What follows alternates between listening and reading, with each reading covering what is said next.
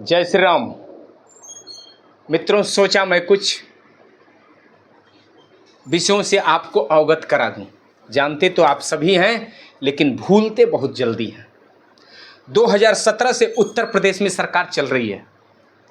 9 वर्ष हो गए सरकार को चलते हुए, लेकिन उत्तर प्रदेश की विधानसभा में किसी भी प्रकार का हो हल्ला नहीं हुआ।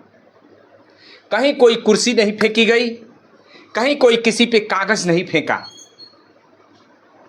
यह उत्तर प्रदेश का एक सुनहरा अवसर है और यह बताता है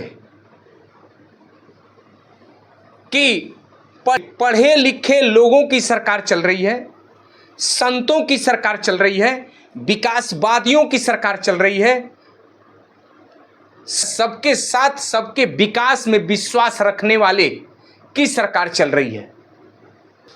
16 दिसंबर 1993 में सपा की सरकार थी और सपा के मुखिया मुख्यमंत्री मुलायम सिंह यादव थे।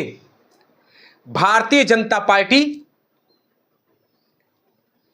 के 33 विधायक उस समय विधानसभा में उपस्थित थे और चूंकि भारतीय जनता पार्टी बार बार यह उद्घोष लगाती थी, राम लला हम आएंगे, मंदिर वहीं बनाएंगे, और इसी बात को लेकर के सपा के गुंडों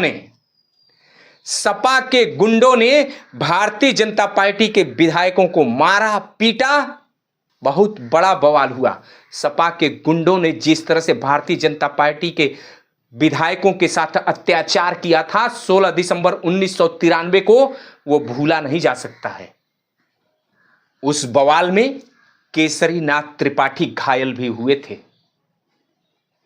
आज भी सरकार चल रही है और उस समय भी सरकार चलती थी।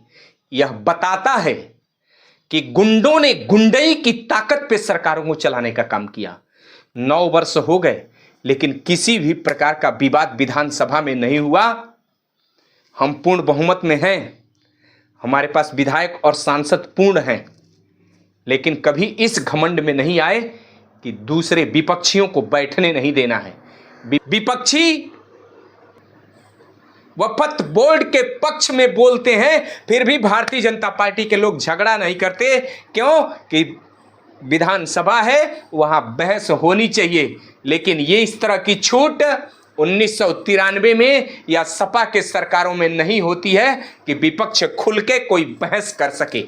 यदि बहस करेंगे तो मारे जाएंगे। उसी का नतीजा 16 दिसंबर 1993 को भारतीय जनता पार्टी के नेताओं ने भुगता था। सत्य को बताने का प्रयास किया, लेकिन मुलायम सिंह और मुलायम सिंह के गुंडों ने को मारने का काम किया था। मेरे मित्रों, कहने का मतलब जगते रहें, जगाते रहें, सजग रहें, काल नेमियों के चक्कर में ना आए। नहीं तो ये काल नेमी आज रूप बदल के राम राम कह रहे हैं, और जिस दिन सत्ता पाएंगे उस दिन भारत की जमीन को, उत्तर प्रदेश की जमीन को वक्फ बोर्ड को देने का काम करेंगे, इस्लाम को बढ़ाने का काम करेंगे।